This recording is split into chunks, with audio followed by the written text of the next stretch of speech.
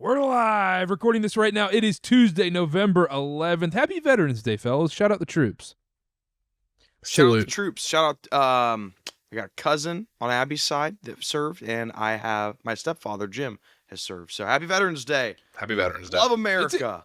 It's interesting, Dylan. I don't think you had that in your notes. I think you were just going to coast by this episode without mentioning Veterans Day and our appreciation for the troops. Buddy, you think I was going to forget Veterans Day?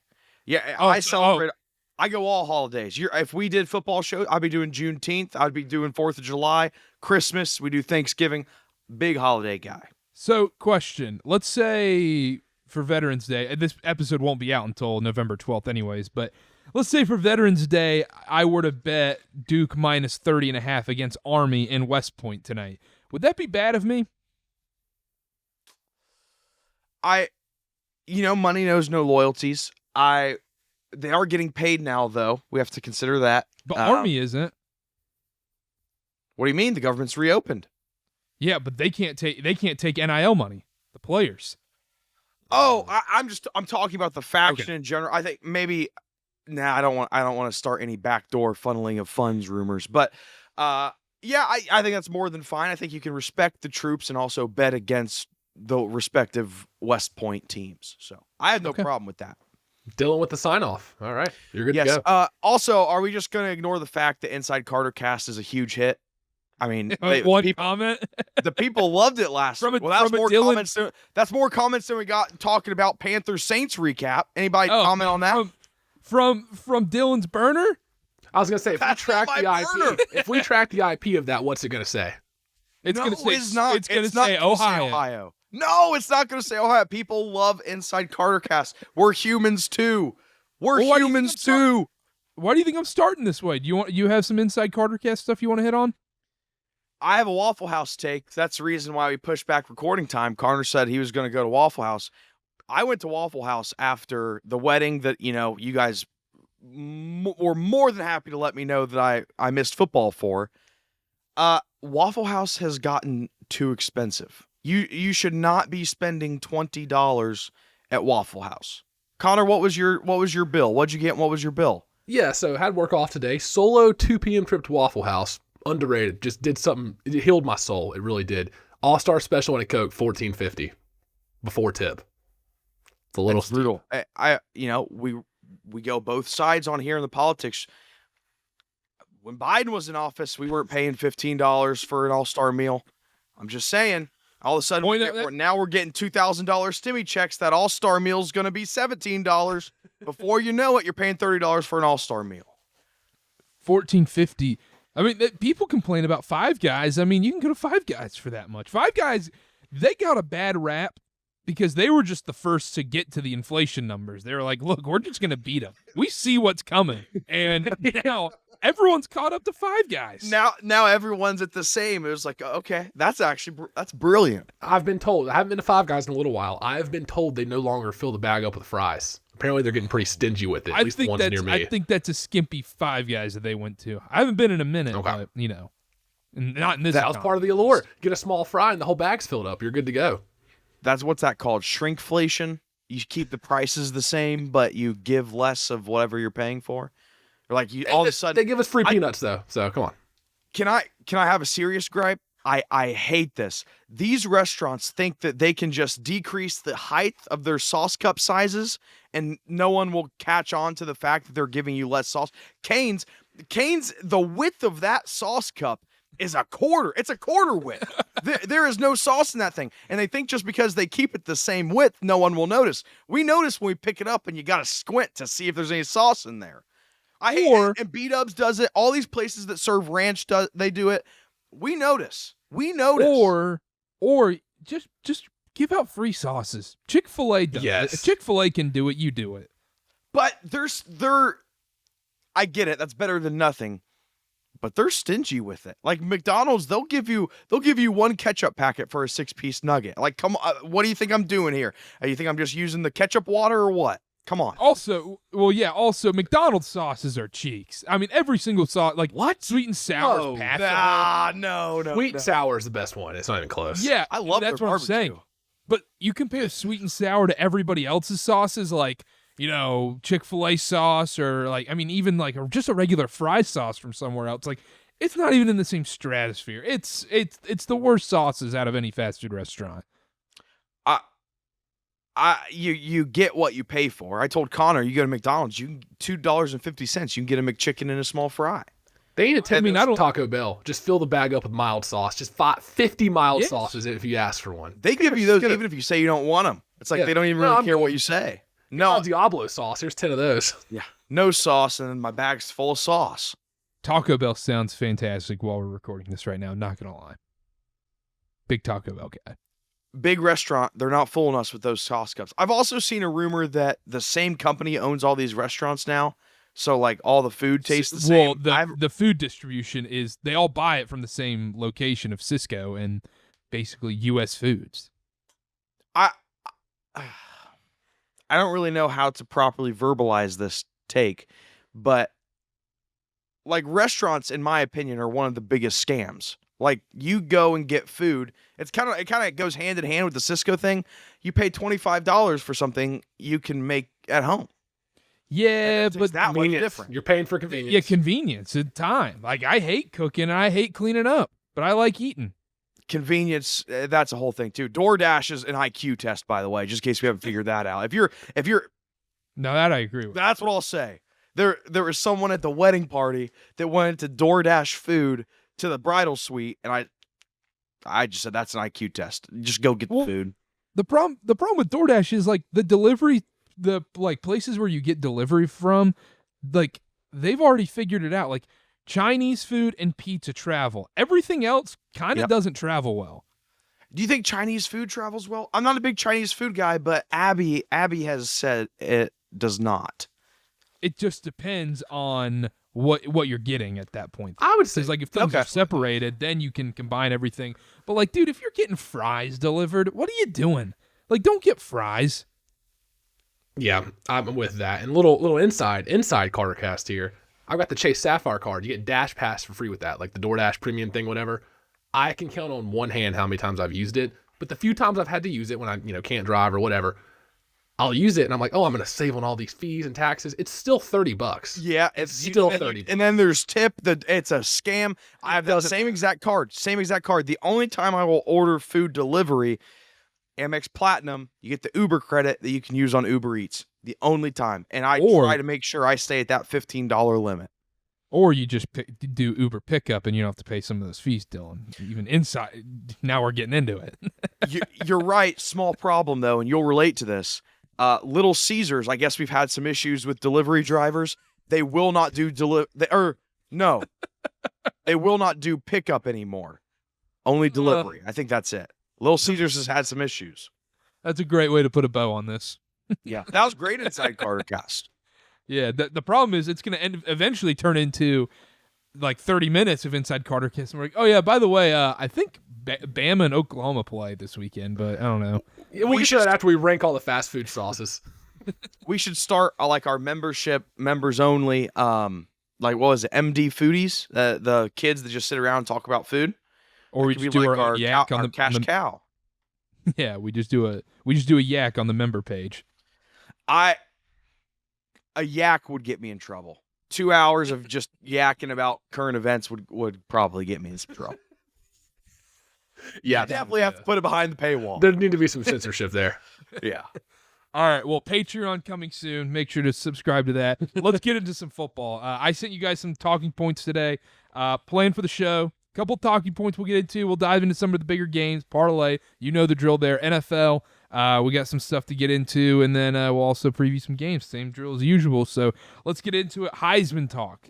The Heisman race has just no juice to it. Like, even last year, I felt like had a little more juice to it.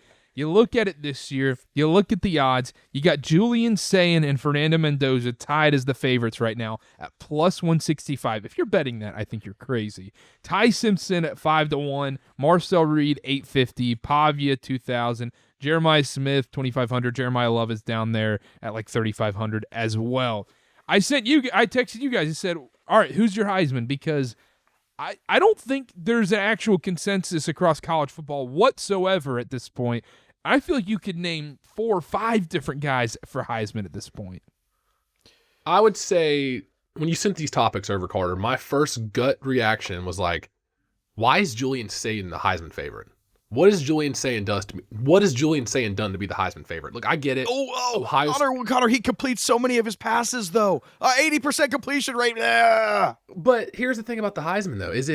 They're 9-0. I get it. Ohio State's 9-0 and he's done enough to win these games, but is it more of he just hasn't screwed up and we're just going to put him in the Heisman race because they're undefeated, they're a really good team? Is that more what it is? Because I don't know if I would want to give a guy like that the Heisman. Just for the analogy that came to my mind, he's steering a ship through a swimming pool. There's no waves. There's no adversity. They're 9-0. They haven't had a game since Texas with a winning margin of less than 18 points.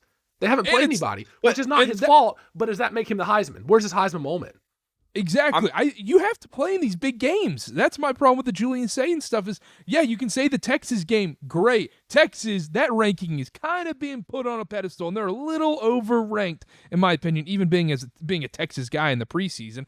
Plus, they play Texas in week 1. I think this Texas team now, I think it's a bit of a better game. Maybe, remains to be seen. No point in doing hypotheticals there. But you say he hasn't screwed up. Okay, yeah, he hasn't lost a game, but why isn't Ty Simpson above him? Because Ty Simpson, just about every stat is better than him, and Ty Simpson 1 interception on the season. Like, he's not screwing up either. I do want to say something, lest it be me who stands up for Ohio State, but Connor, the point you made about, all of their games have been margin of victory of an average of 18 points or whatever, people are just going to use that to make a stronger case for saying for Heisman. It's like, oh, these games haven't been close until you look at the context of they haven't played anybody since Texas. And again, not their fault. Penn State was going to be a tough game. It's not. It's not. But we sit here and we look at an 80% completion rate.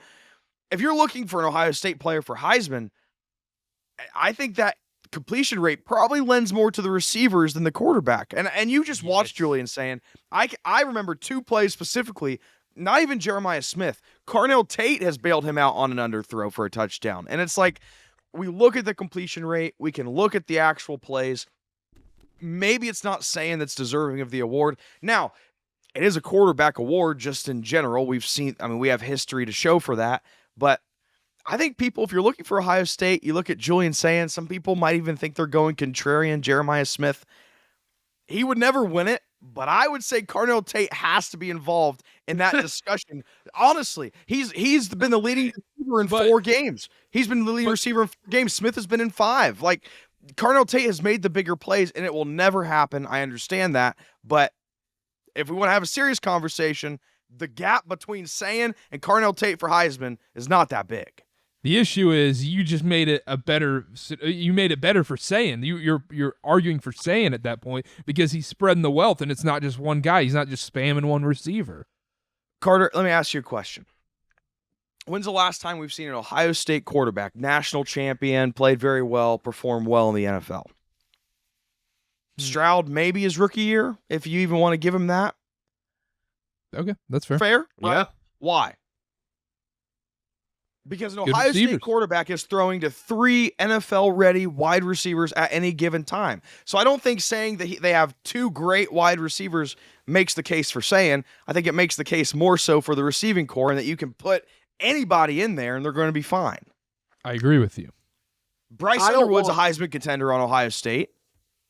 Yeah. I mean, honestly, if any quarterback goes 9-0 with this Ohio State team, they're in the conversation, which I don't think that's wrong, but I can't sit here and say, oh, Julian Sayin's the odds-on favorite for the Heisman over a guy like Mendoza or even Ty Simpson. I'm with you, Carter, on the Ty Simpson point. I'm not saying Ohio State is a bad team. I'm not saying that. They play who's in front of them. They've done enough to win all these games. I get it. But if you really dig into the context of it, Julian Sayin could be playing a lot worse and still be 9-0. So I don't. Yes. Oh, sure. Yeah. I think him being in the conversation is fine. I don't think he should win the Heisman. I don't. And to his credit, he is dealing with a down running game for Ohio State compared to the last couple of years. So that makes it a little more difficult. But to have him and Mendoza 1A and 1B, Mendoza whatever, but that seems crazy to me. Real quick, the point I wanted to bring up is, we've barely, we talked about this pre-show, we've barely talked about Ohio State this year. And why is that? Is that also what's bleeding into my opinion here, is that Ohio State hasn't been on that national stage big game? They had the week 1 flub against Texas where, honestly, that was a kind of a crappy game, to be completely honest with you guys. And since then, we haven't really had to discuss them at all because they haven't had a big game. So I don't know if that's bleeding into my opinion. I'm not going to sit here and pretend that I've watched every single Julian Sayin snap. He's made great throws. He's made bad throws. I've seen it all. He's had great completion percentage games. I'm not saying that, but I feel like maybe my opinion is also getting like formed by the lack of Ohio State being discussed on a national scale. It's almost like a pencil in, like, oh, there they are, number 1, and then we'll get into the conversations about 2 through 10.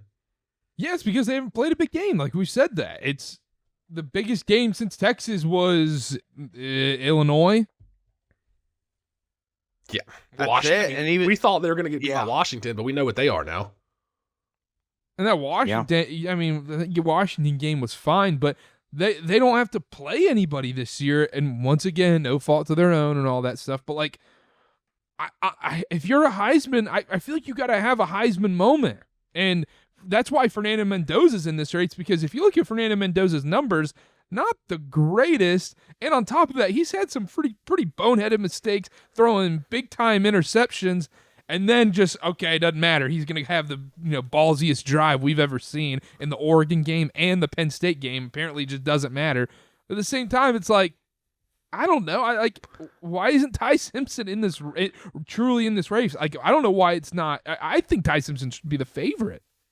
Yeah, I agree with you on that point. Now, the one thing I'll say, and this kind of harms my point about Julian Sayin, is you want to use that Mendoza game against Oregon, fine. Maybe even the Iowa game. You can't use the Penn State game because Julian Sayin and Ohio State beat Penn State 38-14, and Julian Sayin had what, 3 incompletions that game, 4 touchdowns. I can't use that as a litmus test to be like, oh, Mendoza over Sayin, because the game was so close. I agree with you. That's why I'm taking Simpson over both of them, but also Mendoza. Yeah, Mendoza's, I feel like, just a lot more hype than the actual numbers. Has and moments on the everything national scale. Exactly, and everyone's like, holy crap, this Mendoza guy, he can do it, and he can. Sayin really hasn't had to do it that much outside of like that one throw to Carnell Tate in the Texas game. That's kind of it. Unless one of these quarterbacks monumentally screws up over the next few weeks, this is kind of what it is, though, because Indiana's got Wisconsin and Purdue, and Ohio State's got the Michigan game left, pretty much, and that's it. Like this race kind of is what it is. None of these quarterbacks play each other, so unless somebody screws up, yeah, Marcel Reed, that week 12 game or 12th game, I mean, yeah, the end of the season against Texas game. He's kind of had some Heisman moments, especially if you consider the Notre Dame game too. He's been awesome. He also gets it done with his legs as well. And this Texas A&M defense isn't anything special. It's fairly average, to be honest. Marcel Reed should be in this truly in this conversation too. I really just don't think those two guys should be as high as favorites as they are. And it shocked me when I saw the odds. If Texas A&M finishes 12-0 and they beat South Carolina, they roll Stanford, and then they beat Texas week 12 or the whatever week it is, 12th game of the year. If they go 12-0 and Ohio State's 12-0 and Indiana's 12-0, I would give it to Marcel Reed at that point. He's had the bigger moments. He's had the better wins. If all 3 of those teams are 12-0, give it to Marcel Reed. So on Kalshi, I looked at what they have for Heisman odds because you can get no prices there. No prices. I think if I did the math right, ends up being like minus 130 for Sayin. I think. It's like 62 cents a contract. But one guy I'm looking at here, and this is, there's one gentleman on this list has a bye this week, and their last game of the year could possibly almost get them in the playoffs, and they play a fair defense. Haynes King. I don't hate that either. That was my number 2. Diego Pavia, 25-1. I mean, are Pavia written down too. Are we ruling out the possibility he lights up this Tennessee defense the last week of the year, has just an amazing game, and they, maybe they find themselves in the playoffs, something falls right, and it's on Diego Pavia's back? Like, I don't think that's extremely a crazy outcome. And on top of that, don't you think Pavia should get a lot more respect for putting Vandy on his shoulders and taking Vanderbilt to the college football playoff? Yeah, I mean, I do. That was the first game that Marcel Reed, he's going to get done with his legs. Me personally, looking forward, not a huge believer in the arm, Ty Simpson, I think, is going to have his work ahead of him, but Pavia was the one that I saw, and then Connor, to what you said. I'm seeing 100-1 at BetMGM for Haynes King, but I don't think that's crazy either. It's not insane. You can do worse things with $5. It's probably not going to happen. But if they beat Georgia, I don't know. You never know. I think they had to be. They can't lose that NC State game. Yeah, I think you're right. This is a good conversation though, because I just don't know if a 2-loss Vanderbilt team, can you give it to Pavia over a 12-0 Marcel Reed or a 12-0 Mendoza or even a 12-0 Sayin? Travis Hunter. Travis Hunter. Like, Lamar Jackson we did that. That Louisville. Are they going to do it again? Are they going to do it again though? Still feels like this is a little different though. Giving it, if you gave it to Pavia, I mean, they're at least a team that's in contention here. Now, okay, let's say if they gave it to any of the top guys here, Sayin, Mendoza, Simpson, Reed, Pavia, even Jeremiah Smith, would you be upset that they gave it to any of those guys? Obviously, a lot of football left, but right now, no. Gunnar Stockton. I don't think so. Yeah. Oh, get that out of here. Have you looked at... okay. All right. Jeremiah Love? I'm not about it. I'm about it with Jeremiah Love. But I think you have a secret ticket you're not telling anybody about. All you do is come on No, the show and I spew wish Notre we did Dame Love and Jeremiah Love. No, I told you I can show you my Heisman tickets. I cashed out of a Dampier ticket, and I have a Darian Mensah ticket still sitting in my account. And I get mad every time I open my account and I just see Darian Mensah. Darian Mensah, when we were doing this exercise, was a guy with the stats. I was like, not crazy. And then I looked to find his odds, and he wasn't even listed. So if Darian Mensah takes Duke to the college football playoff, I think he might deserve it. Yes. Managed as coach of the year. Just get that out of here. In the most roundabout way possible. Well, that's a great transition because that's the other note I had written down here. Does the ACC even deserve a team, assuming Georgia Tech doesn't win it? If Georgia Tech wins out and wins the ACC, obviously they should get in and everything. But if it's Duke at 9-4 when it's all said and done, I mean, do they really deserve a spot in the college football playoff? Even though, Dylan, we had Duke going to the playoff before the season, but we did. That feels dirty. There's a lot of, we talked about this before the show, and I actually didn't realize this until you brought it up, Karter. They're not guaranteed a spot. Each of these Power 4 conferences is not guaranteed a spot. It's the 5 highest ranked conference champions automatically get into the field of 12. And if the ACC champion has a weak resume, bad losses, weak schedule, whatever, if they're ranked below a couple G5 champions, there's no guarantee they get in. Now, will that ever happen? No. I think as long as this 12-team playoff's in place, the ACC champion is getting a spot. Will it be number 11 or 12? Probably, almost guaranteed. It is, I don't know. If Duke does get in, are you going to take a James Madison and a Tulane over them? That would be the question. Well, Duke and Tulane played, right? Yeah. Yeah, they did. And Tulane won. Tulane won, so there's your head-to-head that you love so much, Karter. If it's the tiebreaker. And if it's and you'd have to give it to Tulane over Duke. Having 2 more wins plus the head-to-head, there's no argument there. That's kind of crazy. That makes it so much more real, realizing that it could be Tulane over Duke. Yeah, that's a scary thought. And then on top of that, you look at the ACC standings. If you're Commissioner Jim Phillips of the ACC, you are just begging Georgia Tech just handles business and gets to the college football playoff. Because do you really want to see Pitt there? Do you really want to see Virginia there? Honestly, I think Duke would fare best outside of Georgia Tech going into the playoff, but SMU, I guess, is technically still in this race too. It's ugly. It is disgusting. So we're banking on Georgia Tech, even if they lose to Georgia and they're 10-2, and then they're in the ACC title game. That's probably their best path, the ACC. I would assume.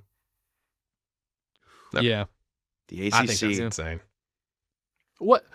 As ACC guys, that would hurt a lot. That would hurt the credibility of the conference a lot, but it would kind of be hilarious. If you have a conference title game of Duke versus Georgia Tech, whatever this ACC conference title game is, it deserves to be on the CW. We can't have this on ESPN, ABC. It has to go direct to the CW. They need to find a way to work that into their contract next year, the CW. exclusive rights to the ACC championship. I'm not gonna lie, fellas. I don't think I've won a bet on the CW in a while. I might have a vendetta against them at this point. I thought earlier I thought we were hot with them. We got the Virginia money line over Carolina. After that, yeah. I think I sold my soul to just win one bet on the CW, and now I can't hit one. I keep accidentally betting CW games. It's a problem. Accidentally? Yeah, I don't know what channel the games are on before I take them. Really? Early in the week if you're taking one? No. Interesting. I just want, with the whole ESPN thing, you don't want to make sure you're able to watch the game? I signed up for a second TV subscription. That's ironic coming from you, Dylan. No. That's ironic coming from you, Dylan. Why? I see a lot of bets on your Action app. Well, I see a lot of bets on your Action app, and you don't make sure you watch those at all. Something there. I was trying. Oh, Dylan. Dylan actually sees where the games are played. What a loser. Karter, second TV subscription. Who is it? I did. It's just the free trial. We're doing Fubo. I don't like it. You know who owns them? I do know who owns them, but the problem is, what's the other option? Is it Sling? Stick it to the man, maybe? Mobilize your army? I refuse to go with Spectrum. Spectrum can burn. I'm done with Spectrum. I hate when they were Time Warner Cable. They were the worst people on planet Earth to deal with. They're the worst. I cannot stand Spectrum. They also the Hornets Arena. Screw that place too. I hate that place as well. So, Spectrum refuse. They will never get my business. Now, need big corporations. Love now, if someone's like grandma or has an extra login they want to send my way, by all means, I'm all ears. That's quite the conundrum. That's like on one end you have bowing the knee to capitalist bureaucracy, and the other one you have complete communist freeloading. Yeah, There's no in between with Karter. I flip flop. Yeah, you do. Yeah, you do. Don't we all? That's a good thing. It's a good thing. Yeah, I love it. Love it. Let's. I love it. I love it, Dylan. I love it. What do you mean? I do love it. That one wasn't even filler. That one wasn't even filler. You love flip flopping. I do like some flip flopping. I don't, but I can't do guys who wear the thong flip flops. No, can't be doing those. Yeah, straight out of 2000s. That's like, that's out of style now. No, they're everywhere. I see them all the time. Crocs, good, bad. Oh, I'm in on Crocs. I'm a Crocs guy. Nice. There we go. Huge. So huge for the I mean, we can do another little. I guess this would be inside field of 68 at this point, but ACC Media Days, Connor. Showing up there, I'm getting stuff out of the car and everything, and in comes Mark Madsen, head coach of Cal basketball. He's in his suit and everything. I look down at his feet. Homeboy's wearing Crocs going into this thing. He's like, I wear my Crocs everywhere. Did you say hey to him? I did say hey. I talked to Mark and everything, but I was like, what the F are you wearing Crocs for? But yeah, he made sure to switch it once he got on TV and everything. But the second he's off camera, man, it was back to the Crocs. Did you say, hey, Mark, you still got 2 of our 3 pinned videos on TikTok right now? I didn't say that. We should probably change that up. It should probably be the CJ Stroud test taking clip from like that was viral. Texas won't score 10 points. That's got to be up there. What was that stupid test? The S1? That took the country by storm. Yeah, that was great. That was good stuff. But let's get to some games. Oklahoma, Alabama, 3:30 kickoff, ABC. Games in Tuscaloosa. Alabama 6.5-point favorite. Oklahoma, man, there's no margin for error closing out this season. You gotta win at Bama. You gotta win home Missouri, and you gotta win home LSU. It's now or never for Oklahoma. Does Alabama end their college football playoff hopes this weekend, Connor? Yes. It's Alabama left, right, center, sideways twice on Sunday. I think these are 2 teams that are in different brackets.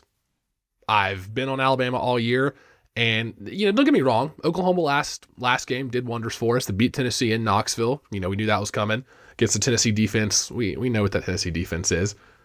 doesn't hide the fact that John Mateer still hasn't looked the same since he came back from that hand surgery, that hand injury. He hasn't. He hasn't looked as explosive, as dynamic. And Alabama's pass defense, they're allowing, 164 yards a game through the air. I think I saw they have more interceptions than touchdown passes allowed. So this is the week John Mateer is going to have success against this Alabama defense. I don't see it. Love Ty Simpson. I think Alabama controls pace of the game. Their run offense does worry me a little bit because Jam Miller, whoever the hell's back there, cannot get it going for Alabama. So it is kind of all on Ty Simpson's shoulders. But I think they'll dictate the pace of the game. I think it'll be a lower scoring game, more of a rock fight. I think that favors Bama. So I like Alabama this weekend. Connor, I got a question for you. Okay.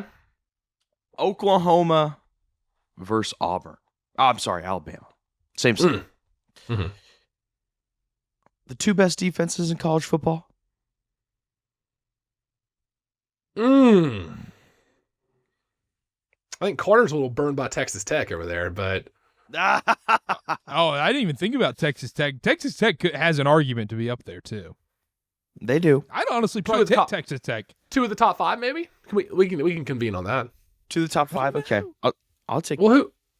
What? Ohio State? By all means, I think Auburn's the second best defense in the country. Auburn does have a pretty good defense. I mean, not gonna lie, if Auburn might have the best defense in the country. I don't know why we're stopping at 2. If they had just any semblance of a coaching staff and competent quarterback play, we'd be talking about Auburn at 1 loss this season. I think that's more than fair. I don't hate that. They have a good defense. I don't think it's 1 and 2, but Connor, what you said, both top 5 Ohio make a lot more State? sense. No Ohio State love here?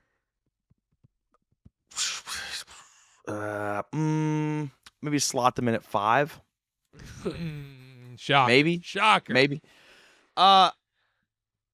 Connor, I disagree with you. I think Alabama wins the game. I think they end the hopes, but I think this game is going to be a lot closer than what you were leading on. Yes. Alabama's rush offense, you brought it up, 101st in EPA per rush attempt. Oklahoma's defense, we talk about John Mateer. We talk about how he's looked since the emergency surgery. Crazy he was back after like 4 weeks, but they're coming off of a bye. He has extra time to get healthy. I love this Oklahoma defense. I think they're going to keep Alabama out of the end zone enough to keep this game close. I think it's going to be a low-scoring affair, something along the lines of 20-14 probably. I think Oklahoma keeps this one closer than what we think. But Alabama wins. I think they win and cover. I think it's like a 10-point game. Oklahoma, number 1 in defensive success rate. If you just give Ty Simpson some time, he'll make some plays through the air. They just can't. They can't give Oklahoma's front 7, 7 sacks and a bajillion pressures. That would be the unraveling for That was the issue against Florida State. Yeah, are you using the Florida State game still? Because every time I've used that against Bama, you said, that was week 1. Well, that's true. That's more than fair, too. That's a very important point to bring up. But the one loss they have, they got to Ty Simpson. I'm helping my boy Connor out over here. Connor, are you a little nervous about this Alabama run game? A little nervous. Oh, I'm more than nervous. It's horrible. They have no success on the ground, and it's a good thing we love Ty Simpson as much as we do because most quarterbacks with that kind of pressure on them probably wouldn't be 8-1 right now. I kind of lean Oklahoma covers here. I think I might be with Dylan here, and I don't like this because, I hate burnt vegetable. I do not like this Oklahoma team. But Alabama sneaky kind of played with their food in some of these games. Like South Carolina, they got kind of bailed out in that one. LSU, they didn't necessarily put them away. They just, let paint dry and ended the score. I mean, they might as well just taken a QB kneel after scoring a touchdown the rest of the game. Mizzou, they let them hang around. Georgia just couldn't convert at the end of the game. I think Alabama wins, but I think it's a close one. Give me 24-21, Chalk City, Alabama wins. Lame. The good thing to Alabama is Oklahoma's main strength of their defense is run D. What are they, 4th in rush defense? They're not even going to, and Alabama can't run the ball, so there's no need to even try. I wouldn't be shocked if they had less than 10 rush attempts in this game. Yeah, that's fair. I mean, you look at the Oklahoma Ole Miss game. Chamblew, 315 yards, 1 touchdown. Yeah. Not bad. Yeah. Not bad. in Bryant-Denny Stadium, though, in Tuscaloosa, you guys are still picking against the Tide. This is going to be a bad Say they're going to take. win. No, say Oklahoma's going to win, Carter. Say it. No. This might be a bad take, and Oklahoma fans might get very mad at this, but I don't think playing in Norman is that big of an advantage in the SEC. Like, I think it's bottom tier when you rank having to go play in Norman, Oklahoma. I don't know. I've heard it's pretty tough. I'm completely unbiased. My team did not play in Oklahoma this year. I heard it's very tough to play at Oklahoma. Just what I've heard. Right. Murmurings on the street. That's what they're saying. That's what they're saying, huh? You saw this Oklahoma team in person, Connor, right? Yes. Yeah. I don't remember if you saw this team in person. What kind of night? Took me a second because I saw Arkansas and Oklahoma. Good one. I did some Uber Eats that night. I'll tell you that. Can you get on me for not watching football if you don't remember a game that you went to in person? That's kind of like not even being there. It's not. That's not that I don't. The only memories are the photos. You didn't have your notepad out sitting there looking at zone coverages and everything like that? I didn't have my stat sheet out. That was a mistake. I did see John Mateer read option the hell out of Tennessee's defense and run for 100 bajillion yards. He didn't throw that Old Rocky moonshine in the stadium. No, they're sponsored by Old Smoky, but they do not sell moonshine in the stadium. No. Just curious. Give me Alabama win, Oklahoma covers. Dylan and I, we're copping out, man. It's not a cop out. What do you mean? Kind of. How's that a cop out? Oklahoma's going to cover this game. Connor, it's kind of a cop out, isn't it? This is like a year one Connor answer. I'd be like, well, both teams are really good, so I'm just going to pick Alabama if that's okay with you guys. How far we've come. Virginia Duke. I can't believe we're previewing this game, even at this point. And you're like, why are you previewing Duke, Virginia? It's 5-4 Duke versus 8-2 Virginia. Both these teams just lost last week to Wake Forest and UConn. This game has insane implications from it. In Wallace Wade Stadium, Durham, North Carolina, Duke -6.5, over under 56.5. Chandler Morris gets knocked out of the Wake game. He's still in concussion protocol. They say, quote, we are hopeful he will play on Saturdays. So whatever that means, he might be getting the Jackson Dart treatment and just all of a sudden just magically comes out of the blue tent. Duke fell into the trap game of UConn, but their ACC title hopes are still alive. Dylan, we've been Duke all season. Is it still Duke on Saturday? Duke fell into the trap? They didn't take over their trap, that's for sure. Duke fell into the trap of UConn, yes.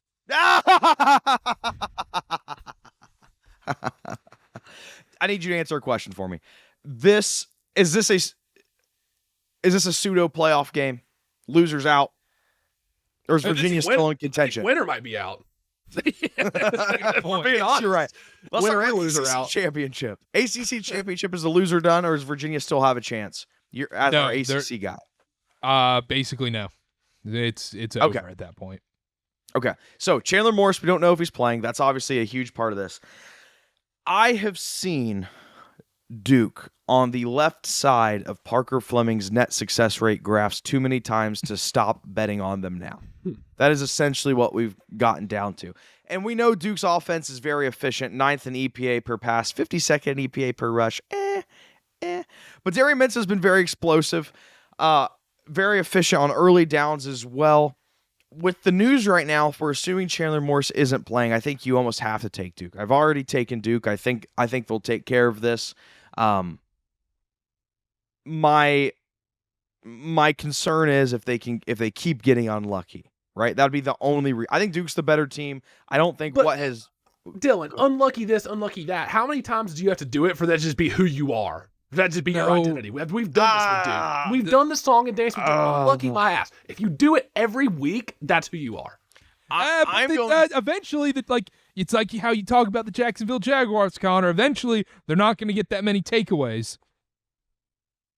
Eventually, Duke's going to stop dropping the ball, I guess, dropping punts and throwing it off their own foot, right? Hey, sure. Scooping scores they're on the 1 yard line, getting ready to punch in a touchdown. Give up a scooping score. Exactly. That's exactly why I'm taking Duke. I think Duke wins this game. I think they cover. I think we're looking at a reality where Duke is going to be the ACC winner with 4 losses. The 4-loss ACC champion, the Duke Blue Devils. And then we're going to be talking about Duke versus James Madison versus Tulane for the last 2 spots. That was going to be wild. As a person who has a lot invested into this Duke team, we need Tulane to lose. We can't have Tulane. The head-to-head will kill us. I love Duke in this spot.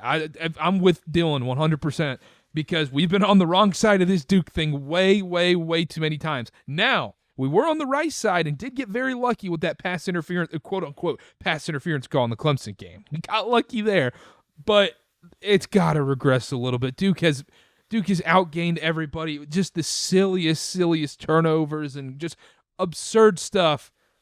Why Duke is not absolutely leading the ACC at this point. Give me Duke in this one. And also with the Chandler Morris is out. They have no chance. This spread should be like 10+ if he's not playing. Are we giving any credence to the fact that this is the Atlantic Coast Conference and what you think is going to happen probably is not going to happen?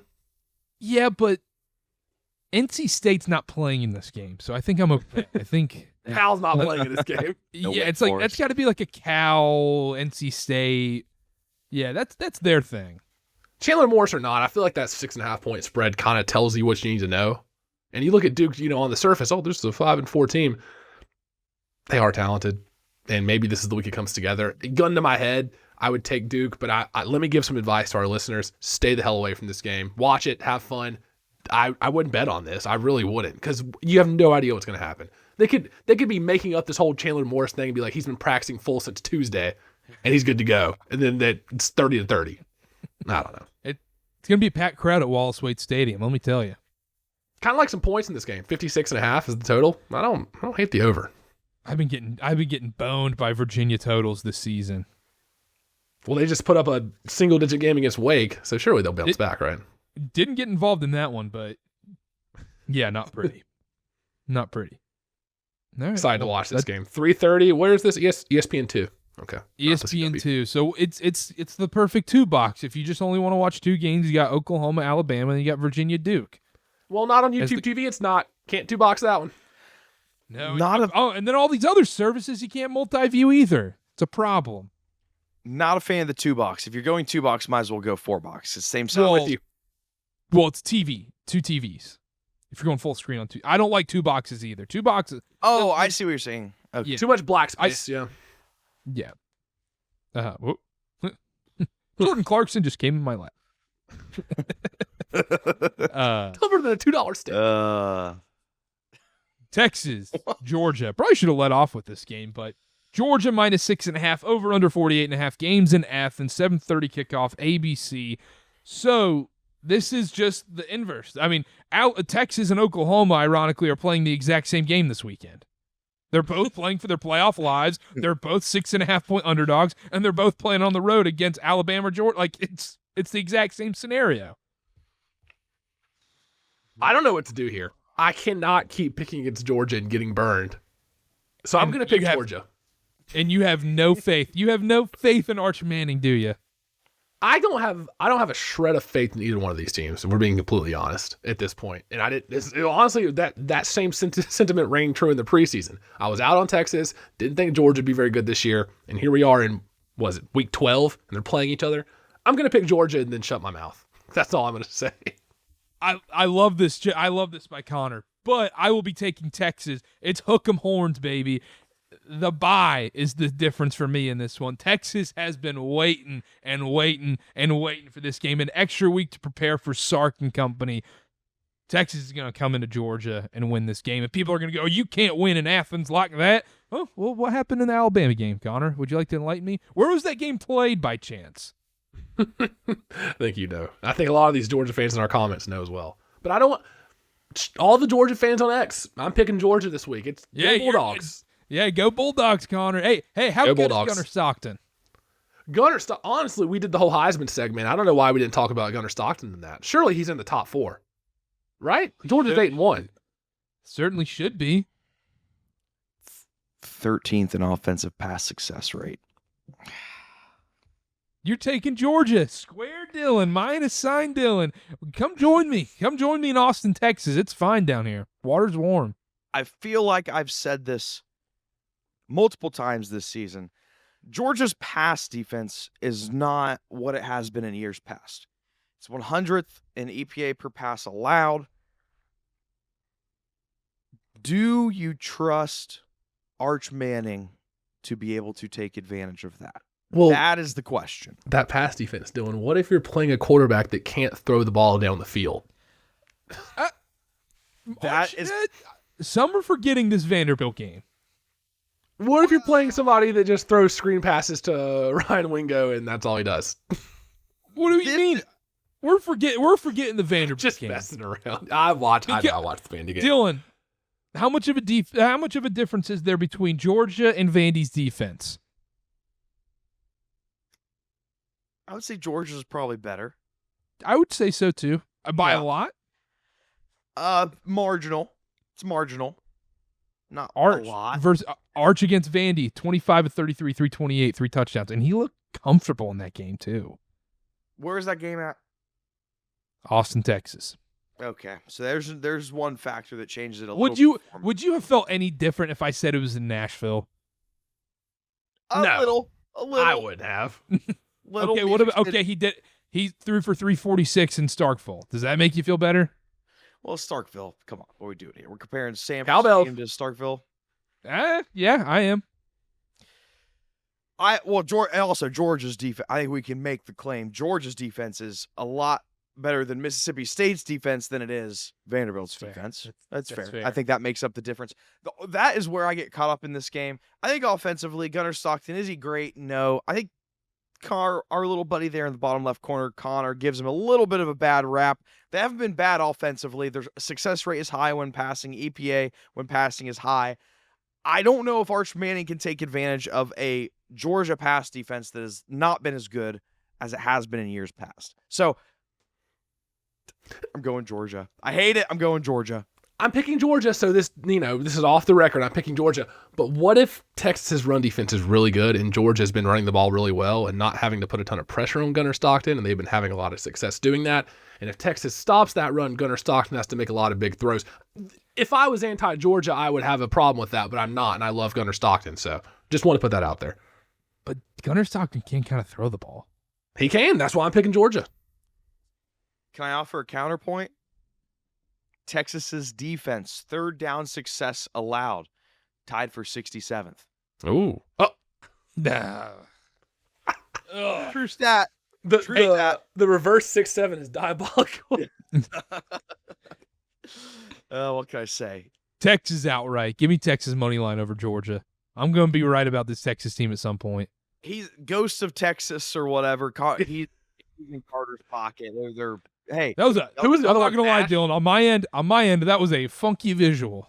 If you're watching on YouTube right now. Yeah. Oh, Ghost of Texas Pass. I'm just saying. Nash from Austin. Yeah. Oh man. Oh, shout out my guy. He's the man. He is. Yeah. Unironically though, I am picking Georgia, and I know I gave Gunnar Stockton a bunch of shit. I do like Georgia this weekend. I think they have a better team. Now, when they play Georgia Tech in a couple weeks, we might be having a different conversation. But this week, I like Georgia. You did kind of clown me when we were talking about like best quarterback in the country. It's like, oh, isn't this guy who said Arch Manning, blah, blah, blah. What if this is Arch Manning's Heisman moment? What if? Yeah. What if the moon crashed into the earth during this game and no, it's fun. What if? I thought that would land. Great what if. Hey, they win this game, Texas in the playoff, right? They got to beat A&M. Well, they would have to beat A&M. No world where a 3-loss Texas team gets in. No, I don't think so. But I mean, they become an interesting seeding discussion if they win out, because then it's Georgia, a win against Texas A&M and Vandy. You got the Oklahoma win mixed in there too. Like, there's going to be some SEC carnage the last couple of weeks. And then the SEC title race, like, I don't even know. Texas would probably have the tie break at that point over most of these teams at the top. So then you could see Texas in the SEC title game. No, but wouldn't it be Bama A&M? Actually, I don't know. No, because Texas would get in over A&M with the head-to-head. Yeah. Wow. Texas back. Yeah. Texas might be back. Until they lose this weekend, and we don't have to talk about this anymore. Hook 'em. That's it. Hook 'em. Hey, Dylan, why don't you call Texas cute? Do it. Say it, Dylan. It's hard to call a team with a really good defense cute. Oh, get that out of BYU? here. What about BYU, though? BYU's cute. Georgia Tech is cute. Georgia Tech's No. a cute team. Nope. Georgia Tech might be the definition of a cute team. No, that would be Duke. Duke is a cute Is team. Notre Dame cute? Notre Dame might be cute. I think their color scheme keeps them from being cute. I don't have any explanation for that. Smooth brain A&M's response. cute. Duke Texas A&M's cute. Duke has the potential to be very cute, but they need to lose some those L's, the losses. Wow. So we're shaming rid of- on this show now. Get rid of some of Loss those shaming. losses. Yeah, I'm loss shaming. Oh yeah, I'm big time loss shamer. Yep, get rid of some of those L's. Maybe pound the rock less. Maybe. Maybe. Any other? All right, games? BYU TCU. Let's just do it. Play the hits. TCU. Play the hits. What do you want, Dylan? We're not talking about this game. You want to? Are we picking TCU, Dylan? No, I think want BYU to. rolls. I think BYU I want rolls. to, but I can't. Yeah, I can't either. If this game was in Fort Worth, might be picking TCU. Now, but hasn't it? He has like 0-5 against TCU the last 5 years, though, right? Oh. I bookmarked it. If you just give me a second. Last 5 years? I mean, you mean in the last 5 matchups they've played? Yeah, last 5, lost the last That- 5 I mean, in a row. That dates back 11. to dates back to like the Mountain West days with like Andy Dalton. Yep, 2008, 2009, 2010, 2011, 2023. Yes. Yeah, I'm not putting credence into those numbers. None of them particularly close. No, they were not. I remember game day was at TCU BYU. That was a big deal and not great. I'll be rooting for TCU. I don't think they stand a chance. The spread my kind of official sketches stance. me out. 4.5. I'm like, but BYU. Yeah. Oh, did it open 6.5? Yeah, it's BYU. No. Oh, you guys are screwed. Oh, no.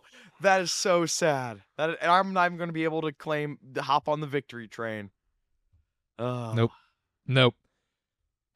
Anybody else on upset? Anybody else on upset watch this week? Another top 25 matchup, Notre Dame Pitt. I think Notre Dame steamrolls them. Yeah, I do too. I think Pitt is all-time phony. I hate to say this. Outside of like Northwestern. big time. Northwestern. Big time. At Wrigley Field, are you serious right now? You think Bryce Underwood's going to be able to put on a better performance at Wrigley Field than he has the Big House? Absolutely not. That's spoiler alert. That's my dog for the week. And I like Northwestern preseason too. I think they got pretty bad rap. That's them or Oklahoma's probably my number 2. All right. Good stuff. The only one answering that question? What are you talking about? You said, Iowa, are there any other USC? teams on upset watch? Iowa, USC. USC 6.5 point favorites. But that's not even an upset. Like the other games, I mean, we already talked about. Like I think Georgia and Alabama should probably be on upset watch. But outside of that, like maybe just maybe Washington against Purdue. But like, who cares?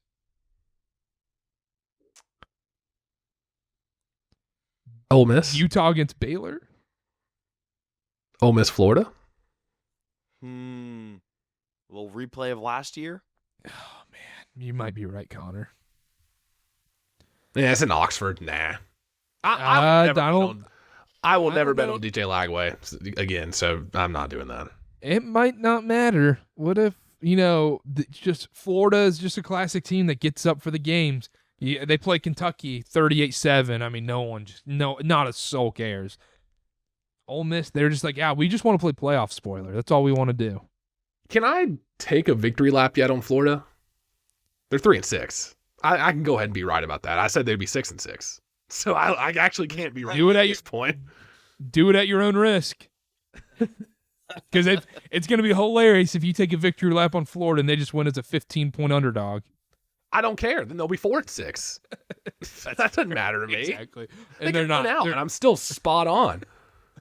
No, but this is the same Florida schedule as last year. How could you pick them to go 500? Yeah, how about that? Florida fans on 7-6 is above 500. They could win a bowl game. The Belk Bowl's calling their names. That's about all I got for Upset Watch. Said 7-6.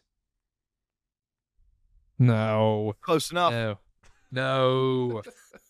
No. Parlay picks. I let's love let's do the boring ones first, the straight ones. I've got two here. How much do we like Duke parlay Virginia picks? over? Nope. Any what parlay picks? Just move on. Duke Virginia over 56.5 has been calling my name. Or Nope. Missouri Mississippi State over 51.5. I think we go Duke. Give me Duke Virginia over 56.5. Even I think it's gonna be a silly Chandler game. Morris, that's kind of sketches me out. Yeah, I'll take that. Dylan. Oregon State money line against Tulsa. Normally, when I see one team have such a big statistical advantage, I'm like, okay, strength of schedule might be if a factor here. Oregon State's is 60th. Tulsa's is 101st. Oregon State's 28th in defensive success rate allowed. Shocked to see this was a pick'em. Oregon State. Ugh. Did you account for Malik Murphy being the quarterback? That was an upgrade. Oh, wow. Did you account for the interim coach getting fired? So it's an interim coach game. I did not account for that. That was You should have, because I think this is our first ever interim coach game. Actually, Malik Murphy's not even playing, so scratch that anyways. It shows how locked in we are to Oregon State football. Beavers. Yeah, I'm going back to the well. Oh, brother. And eventually it has to hit. And I don't care. Carolina, Wake Forest, over 38.5 in Winston-Salem. Connor, if you know anything about Winston-Salem, what do you know? Overs, points. Yeah, but Gio Lopez is the quarterback. Doesn't matter. Some way, somehow, this hit. You can't. These are getting too low. These are Iowa numbers right now for the Carolina Tar Heels. It's got to hit. It's Dylan, no we're sitting here on Saturday, 10 minutes left in the game. It's going to be 12-7, and I'm going to be like, oh man, what are we doing? Well, Karter back at it again. No. It'll be fine because it just depends on what's going on in the Duke Virginia game. I will win a bet on the CW. That is my promise. Won't be for lack of trying. The rest of the season, I'm only betting on the CW until I hit one. You're a brave man, Karter. Yeah. Thank you for your service on this Veterans Day. Dog parlay. Dylan, you got Northwestern? Yeah, I'm going Northwestern. Connor.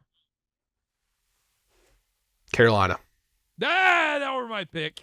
I got another one. I got a backup if you want Carolina. No, I'll go with my other one too. I was gonna say Arizona over Cincinnati, but I don't hate that one either. I really don't hate that one. I'm gonna take Carolina and Winston-Salem though. I didn't even think of. Oh gosh, part of me. There's a lot I like this week. We're going Texas. We're going Texas money line against Georgia. Okay. No, Karter, please don't. No. Oh no! Don't go UCLA over Ohio State. No, they can't lose in Columbus. No, I miss talking about Ohio State. I do. I miss it. We got like 3 weeks and then we will. We got the Michigan game, like, meh. But I was looking at Baylor plus 8.5 as a line that's just staring me in the face. Oh, against Utah? Yeah. That one is staring at me, that Baylor. That Baylor defense is like a 3A high school defense, so I don't know if we should do that or not. I don't know, Jim. I don't know. Anyhow, all right, that's it for the College Football Show. Make sure to subscribe. KarterKast on everything. KarterKast YouTube channel. Hit the subscribe button on there. 5-star review wherever you're listening. Download SeatGeek. Use code KarterKast. $20 off your first purchase. $50 minimum purchase required. That's code KarterKast. KarterKast. A billion sports going on right now. Go to SeatGeek. Get your tickets. $20 off your first purchase. At Connor_Sparrow. At CarterBA. At KarterKast and everything. I don't know what I was about to say there. Can't say at Wilkerson A. Dillon anymore because, rest in peace, but that's okay. If you're listening on audio, NFL show's right up next. If you're watching on YouTube channel, go check out the NFL show right here. We'll see y'all.